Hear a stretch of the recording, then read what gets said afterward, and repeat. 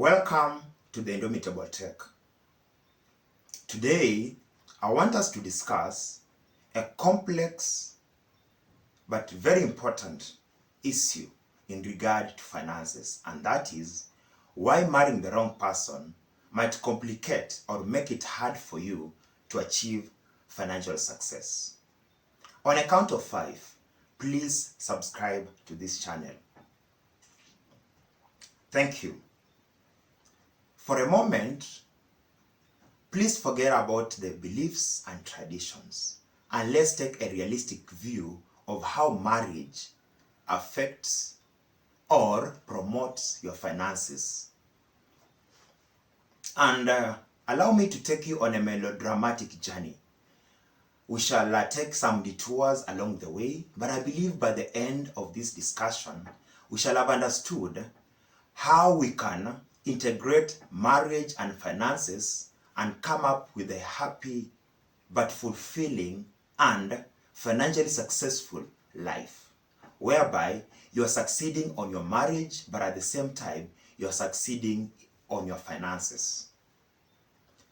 So without wasting any time, let's start taking each and every point on why, if you marry the wrong person, you might end up in financial turmoil. The first reason is marrying the wrong person attracts or will eventually attract divorce expenses. Listen to this. A costly divorce teaches us that true wealth is the peace and happiness found in a harmonious marriage. You've had cases of divorce before. I believe this is not a new discussion to you. However, what does divorce come with or bring itself with? It attracts or brings with it legal fees, court costs, alimony payments, and this will eventually drain your finances. And I'm not referring to one couple, I'm referring to both of you. The one who starts or who requests or who files for divorce, and also the party who is filed against. It will drain you financially. In addition to that, there is also the emotional aspect and the financial strain that might end into stress or even depression. So, and we've often been told it doesn't go wrong, it starts wrong. So if you marry a wrong person, you are simply preparing for a future divorce. It might take 2 years, 3 years, 5 years, but eventually we shall have divorce proceedings. The second reason why marrying the wrong person will affect you, there is conflict over money management. Listen to this. In marriage, agree on the destination before starting the journey. In marriage, agree on the destination before starting the journey. For shared goals lead to shared wealth. If you share your goals, if your goals are compatible, you'll eventually have shared wealth. Listen to this. At times, when you have divergent goals, you'll also have divergent spending habits. And at times you've seen people whereby couples are totally disoriented in terms of how they manage or perceive money. You might have somebody who loves spending, is a serial spender, but you might also have someone in the same marriage who is a serial saver. So in that case, these guys or these people are not compatible despite being in the same marriage. And it will be so difficult for the two people in this marriage then to agree on how to manage their finances. And these will hinder them from building a stable future. The third point why marrying the wrong person will disrupt your finances. Opportunity cost. It carries with it opportunity cost. Listen to this. In the wrong marriage, lost opportunities can cost a lifetime of regrets. Choose your partner wisely and thrive together. You have to understand that despite or regardless of the person you bring into your life, you still have got a life. So if you bring in the wrong person, or if you allow yourself into a wrong marriage, and I'm talking of both parties, both the wife and the husband, this might turn you away or move you away from your goals, from your passions, from your ambitions, and this will disorient your focus in life. And that is an opportunity cost, the cost of the foregone goods that you could have achieved if you do not get yourself into that wrong marriage. You might end up sacrificing your personal career goals. For instance, I've heard of people who had opportunities to go and study abroad, but because they were engaged, they were in this marriage, each and everything was rosy, they ended up losing those opportunities. I've heard of people who were to shift or even travel to different towns, different cities, just for greener pastures. But because they're trapped or entangled in this marriage, they end up losing those opportunities. So it is important to understand, how do you balance your marriage vis-a-vis the opportunities that you have in life? Because at the end of the day, both parties in that relationship or marriage should feel appreciated and embraced in that marriage, but at the same time continue thriving to achieve their personal goals as individuals. The fourth cost of a bad marriage: lost investments. Listen to this. In a harmonious partnership, shared visions enrich prosperity. In a fractured one, lost investments sow seeds of financial regret. Have you ever thought of starting a business? You've done all the groundwork. You've consulted the necessary people you have to consult. You have the business proposal with you. You have the potential investors on ground who are ready to put money into your business or into a venture or even into your investment. But because of a disrupted home, you'd end up not taking up those opportunities. Those are lost investments. Or at times, you might have business partners who are not compatible with your married partner. How do you handle such an issue? So it is important to take people who have aligned goals with your own goals, so that at the end of the day, you don't lose on any potential investment opportunity.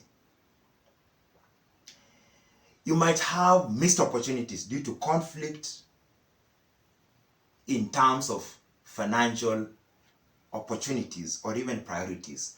How does your partner perceive the finances you have in the marriage? Are they for investments? Are they for spending?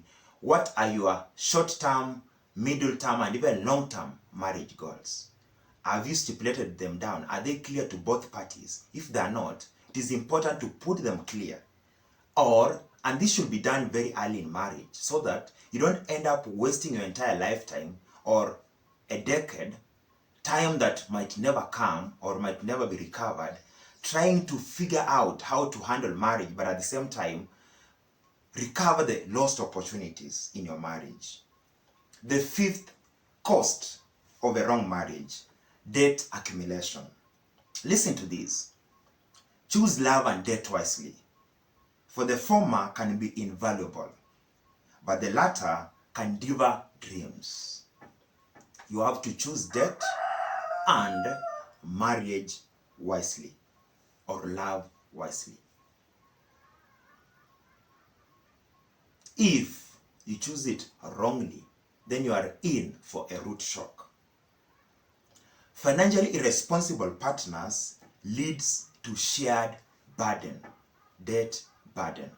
You've heard of cases whereby your partner, and this in a marriage setup, takes up a loan, you're written as a guarantor, but you don't have any information about it. What happens if there is a default? How do you manage such a cost? I've heard of cases whereby a couple, for instance, go for a loan, a mortgage, but along the way, one partner pulls off from the agreement.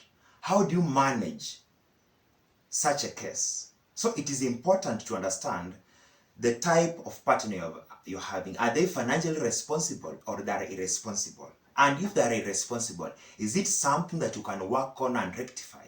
If it is, then do it very early. If it can't, then I think you know what to do. You know what to do. Do that. The sixth cost of a wrong marriage: difficulty in long-term planning. Listen to this. In the right marriage, planning for tomorrow is a shared endeavor.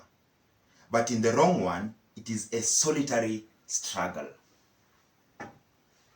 Ask yourself, what was the last time you discussed with your partner about what you're planning to do maybe next year, 5 years down the line, a decade down the line? Have you ever planned that? And are they there to support those goals? Do they show commitment to those goals? Are they focused? Are they committed? Are they resilient enough to pursue those goals?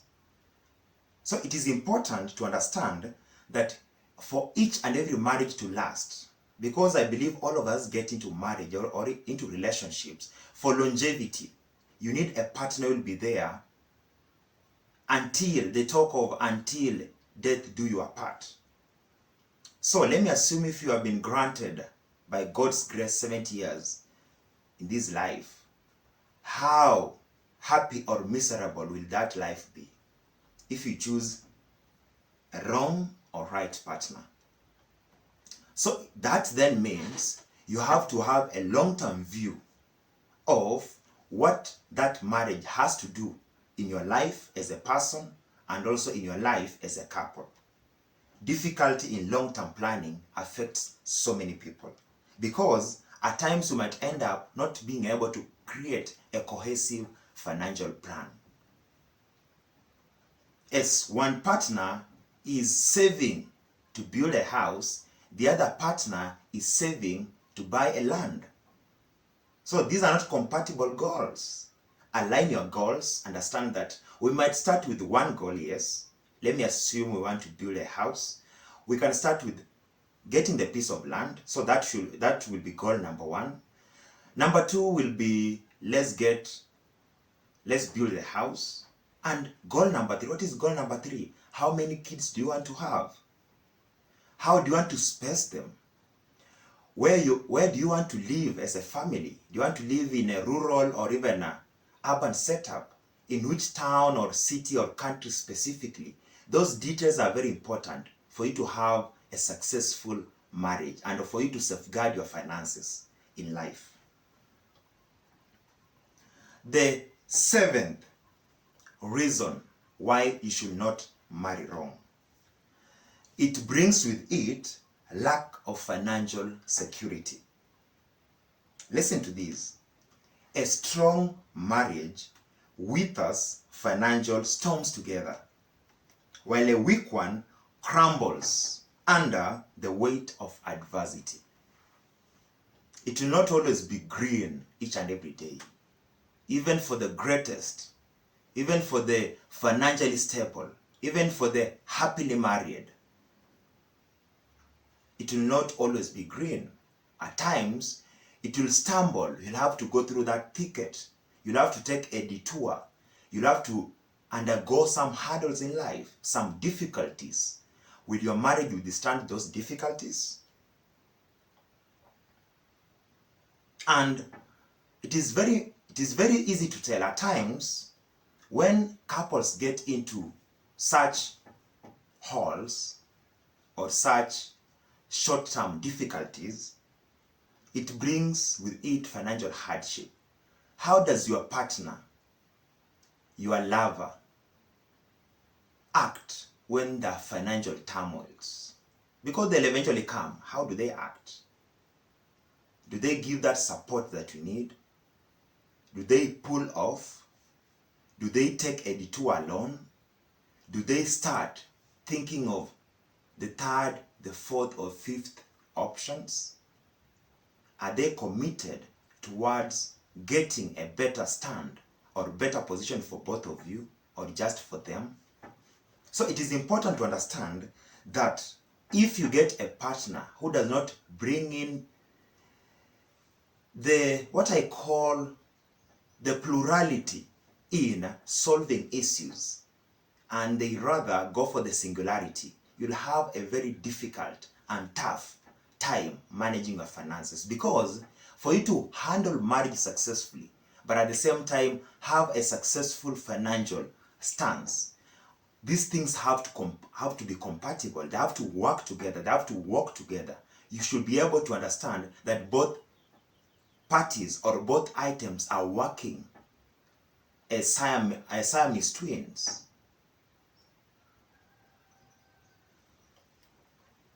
The eighth cost of wrong marriage: spending versus saving.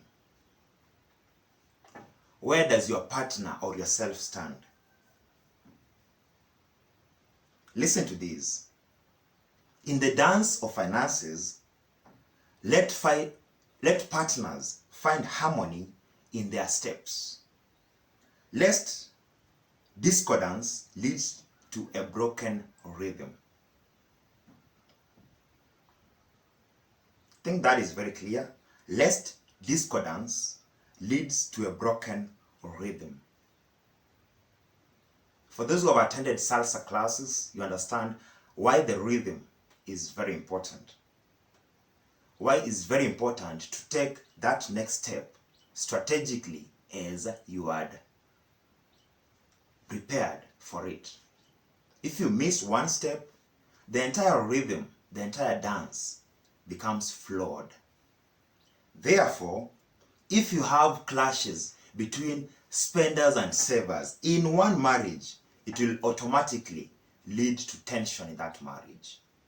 So you have to agree on your goals. How much are you spending? How much are you saving? As I'd shared in my earlier video, it's important to understand how much do you save each and every payday? How much do you spend, or do you plan or intend to spend each and every payday? Secondly, it also hinders joint financial goals, because one partner or one part is pro-saving, the other part or party is pro-spending. How do you bring these two parties together? Very difficult. So it will always create the hindrance, or what I call the barrier towards making joint financial decisions or even goals. The ninth cost of a wrong marriage: economic abuse. Listen to this. In a loving partnership, hearts intertwine, but in an abusive one, finances become chains that shackle the soul. Economic abuse. Have you ever felt economically abused, even with your own partner? Listen to this, and it should not be taken so personal, but it's something that both of us should consider when deciding who we want to spend the rest of our lives with. There'll always be financial manipulation and control by one partner when there is economic abuse. Understand you'll never be equal, but you can create some equity. I always tell people, don't chase equality, chase equity. Equality is whereby both people are the same. If one is earning $10, the other one is earning $10. But equity means, regardless of who you are or what you're earning, you bring in some semblance of balance, whereby each and every party feels appreciated, recognized, regardless of what they're doing or how they're contributing that marriage. There is also diminished financial independence. Diminished financial independence.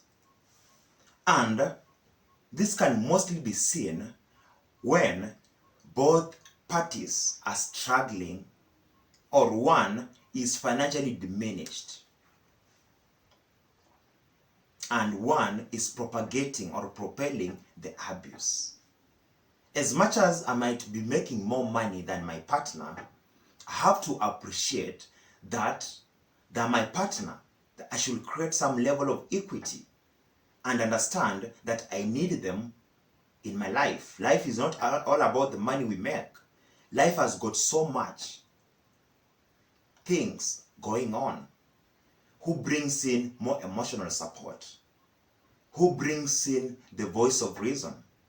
Who calms the situation when you are flaming up? Who calls out when things are not okay? Who picks the kids from school? Who connects us to those other support services? The community, the church, our families, our friends. Who connects us to those people? So all these aspects are very important in marriage, and it's important to understand that for you to live harmoniously as two people, as a couple, then there should never be financial abuse or economic abuse, where one party feels not recognized, ignored, despite doing as much as they can in the quest of creating equity in your marriage. The 10th cost of a wrong marriage: loss of focus. Listen to this. A focused mind can conquer mountains, but a distracted heart stumbles on pebbles in its path. If you lose focus at any time or moment in your life, you'll take a lot of time and a lot of effort to recover. Strained marriages will distract one from personal and professional growth.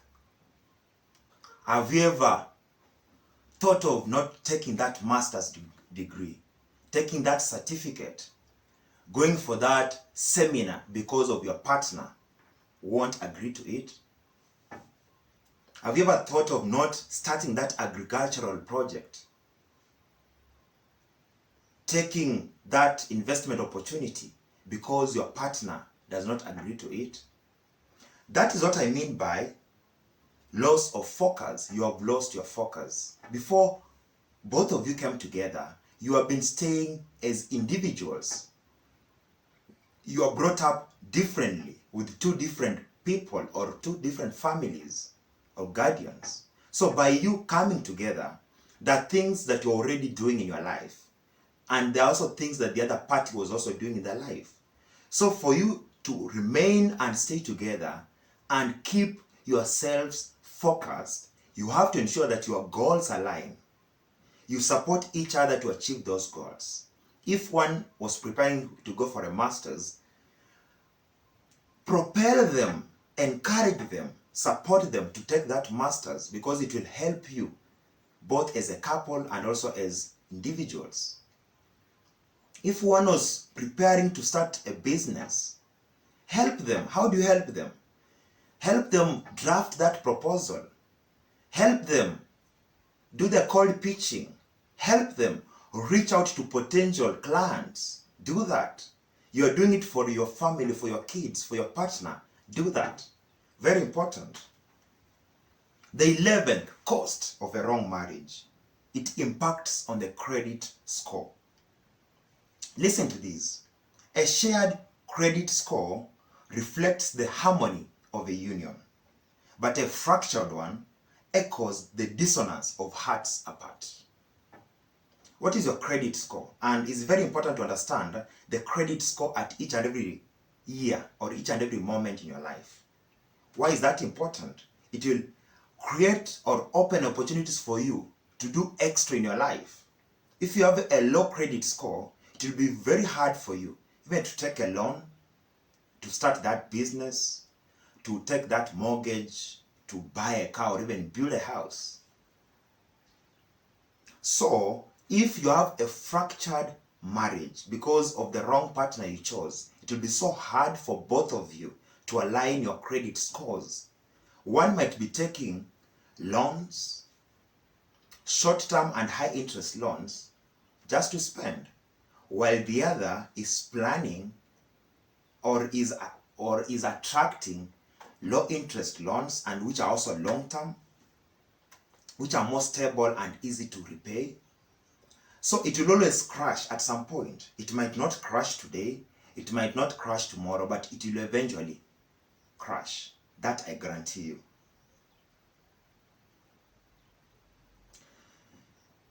The 12th, and sadly the last cost of marrying a wrong partner, there are always hidden financial secrets. Listen to these.